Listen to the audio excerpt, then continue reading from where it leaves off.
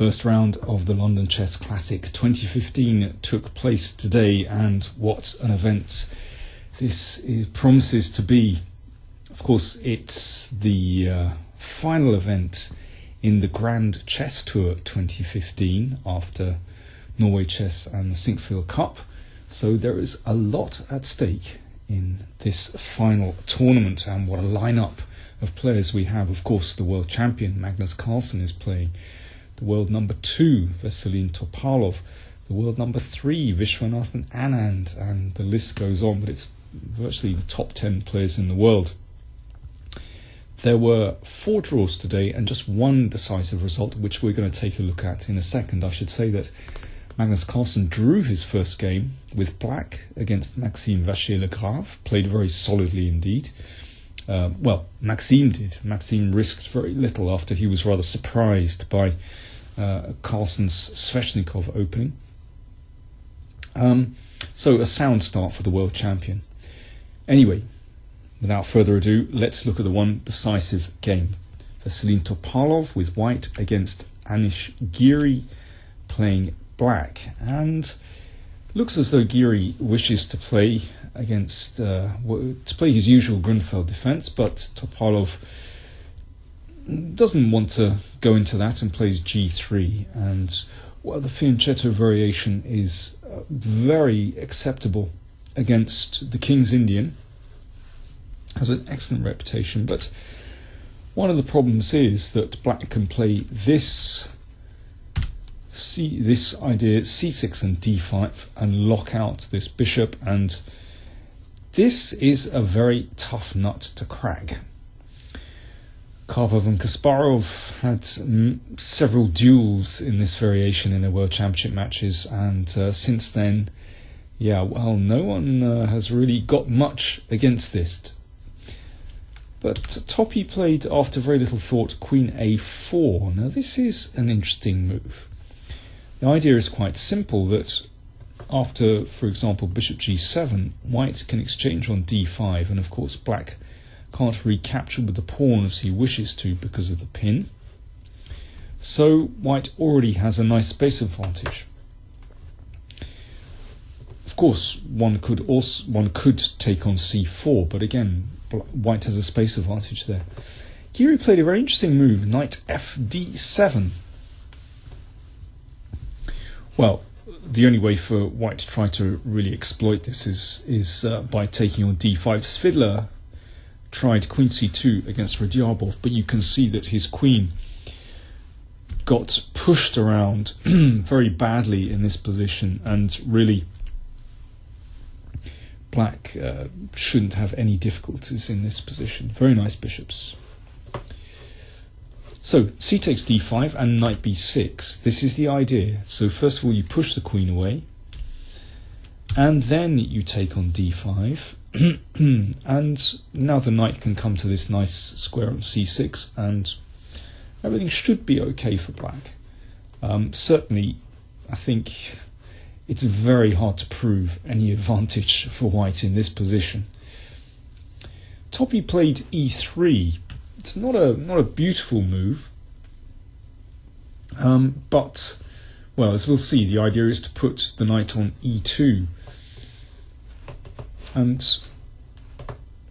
well, black has to be a little bit careful about this knight on b6. I know it looks very active, but if white is able to play b3 to just shut out the possibility of knight c4, then that knight can actually look rather misplaced on b6, so black has to be a little bit careful. So that's why Giri, instead of, well, of course you could play with e6 perhaps and bishop d7, but he plays more actively. So he goes for e5 to try to break open the position for the bishop on g7. It rather reminds me, actually, this position of a very famous game between Robert Byrne and Bobby Fischer, where Fischer ended up sacking on f2. Okay, it was a slightly different position, but I mean, one of the big differences is that this knight basically stands very poorly on b6 in this position. But having broken open with e5, this is a dynamic way for Giri to play. And, okay, not only has this diagonal open for the bishop, but there are potentially weaknesses on f3 and h3, and also d3, as we're about to see. So Topi closes one of the options off, preventing a bishop, in some circumstances, coming to g4. Now bishop f5, so you can see Giri targeting this square on d3. And if knight f4, trying to win that pawn, then white lands in trouble. You can see those bishops control a lot of squares, and that rook is in trouble. So knight d4 from Topalov, and bishop d3. Okay, so black finds a nice square, but it's not so clear because, well, now white threatens to push the knight and take the bishop. So the bishop has to retreat, and it does so along this diagonal. And these pieces look slightly odd to me, a little bit out of play, but there is a knight about to hop into d3, which isn't so bad. So Topalov makes room for his rook just to shuffle over to d1. Now, if black were to exchange off knight for bishop, then this would be a beautiful position for white. You can see white's forces are very harmoniously placed with a nice knight on d4, but these pieces are dreadful. So it's very important for black to stay as active as possible here. And Giri took the knight on d4. It's a good decision. It means that his queen can come into play, and on a very active square. Of course, the downside is you give away your nice dark square bishop controlling these squares, and that can be significant. But for the moment, this is definitely the best way for black to play. Now, if Topalov wanted to play very safely, he could just attack that knight. And then it's quite possible the game would end in a draw after queen f3, protecting that knight. Yeah, this, by the way, this can't be taken because of rook e1 check. Yeah, standard tactic. But coming back to this position, bishop g2, well, this could well be a draw. I'm sure Topalov realised that, but he had a little bit of a think here. After almost 12 minutes, he played a4, giving up the pawn on d4. But suddenly, the position just kind of explodes. The rook shifts up the board, and now it's getting extremely complicated. Giri put the queen back to e5. Still active. Knight takes d5. And you can see white's pieces starting to look at the weakened dark squares. You never know, that rook might swing across. And here, Giri got a bit spooked. He probably should play his knight c5. He was concerned about rook h4, and in fact saw this variation after knight b3. He'd been looking at queen h6, which doesn't come to anything, but queen g5, he suddenly realised, was incredibly strong, with the idea that after the knight takes the bishop, then knight f6 is a deadly check, and check on d7 is even better. So, but in fact that variation was okay for black. In this position, Giri should just take on c1, and well, everything is still okay here. After this very nice move, black is going to land unpleasantly on d3 with the knight. But as I said, Giri got spooked here and instead took the bishop on c1. He sought to simplify the position. He's suddenly worried about his king, and this certainly protects his king, but leaves black in a bit of a mess on the queen side.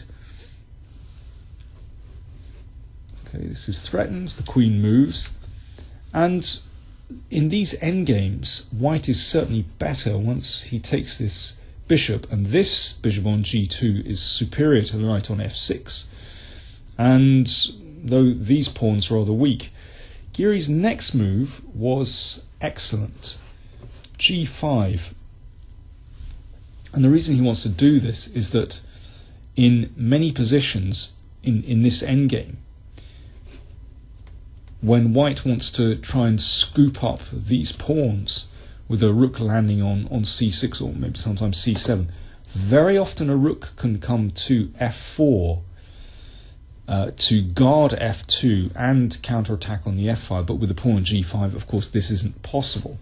So g5 was a very clever defensive move, actually, in some ways. Well, also helps black counterattack on f2. So it's very deep. It's very deep. Nevertheless, it would seem to be a decent practical decision for Topalov to play for the endgame. There's no doubt that if anyone is better here, it is white. For example, after bishop f1, looking at this pawn, now black may be able to defend this position. Giri was confident that he could. He said after the game he thought he could draw this, but it's problematic. In any case, Topalov decided to keep more tension in the position and declined to exchange queens. Now, objectively, this might well be the best move, but Topalov was running short of time, and this is an extremely complicated position. Queen b2.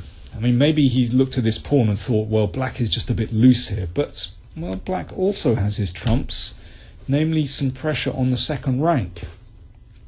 So rook f2 threatened. Queen c5 protects the f-pawn and also attacks that one, so that got defended. Now Topalov exchanged on a6 and wanted to boot the queen away, so the queen shifted across to d2. And here is a crunch moment in the game, and at this moment, I think from memory, Topalov had something like 4 minutes remaining, while Giri had something like 15 minutes. And they still have, well, white still has 9 moves to make in this position, and that's not simple. 9 moves in 4 minutes. Well, if white wants to simplify, of course he can with queen a7. And then queen a5. Well, this is probably going to end up a draw. For example, after this, black has enough pressure in this position. But instead, Topi played bishop f3. Of course, if the rook retreats, then that would be a terrible mistake. Then, rook d1, you could drive the queen away, and the queenside pawns are vulnerable. But knight e4 was played very quickly by Giri. It's interesting to see. This was played after 4 seconds, so he kept the pressure up. Now, objectively, this is the strongest move, just to simplify, and, well, with black's activity, this must be a draw. But instead, Topalov took the pawn on a7, and he failed to appreciate the danger. Giri snapped off the f-pawn. Giri said after the game that he felt like he was playing when he was a kid, when he used to get outplayed strategically by players, but somehow he managed to trick them and somehow get himself back in games. He said he felt like he was playing in his younger style. So knight takes f2. It's a very strong move. The point being that after bishop takes, knight takes, the king is in trouble. If king g2, then, although black is a whole rook down, he's going to deliver checkmate very soon. For example, here, or other mates as well. So the king came to f1. Now, maybe Topalov had seen this position and thought that he was fine, but there is a clever move. Queen d5. So black is a rook down, but suddenly he's threatening a mate on h1. And, well, objectively, white is lost here, but maybe the most difficult one to crack is king e1. Of course, black has a draw here. Queen e4 check, and so on. But there is a really clever winning move. Now, when we were looking at the game afterwards, Giri said, would I have found this? I don't know.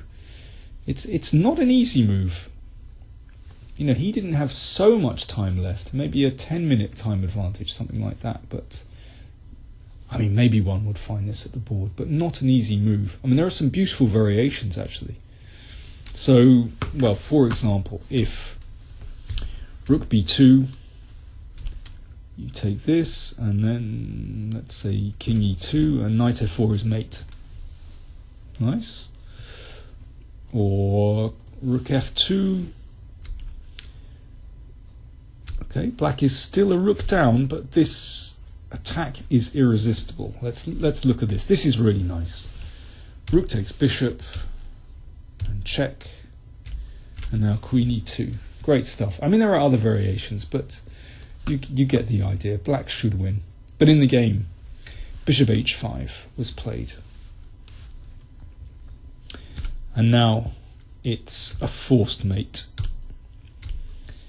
And rook e8 check, you just have to find the right checks. And this is the killer move, knight f2. And the king comes up the board, and here, well, Topalov resigned. It's mate after king d3, check, and rook c8.